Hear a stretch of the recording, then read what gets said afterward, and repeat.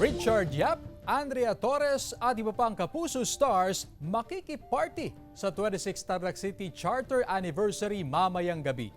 Nakatutok doon live si Joan Punsoy. Joan?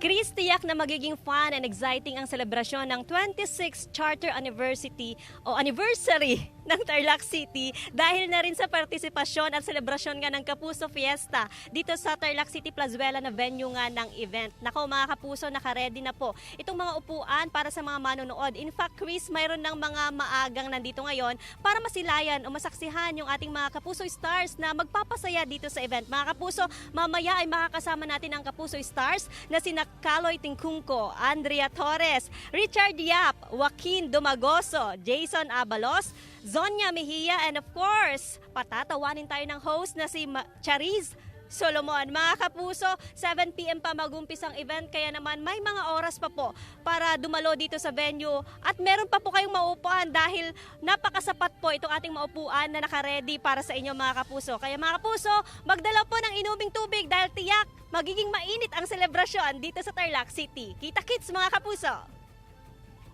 Happy Kapuso Fiesta at syempre Happy Charter Anniversary Tarlac City. Maraming salamat, Joan Punsoy.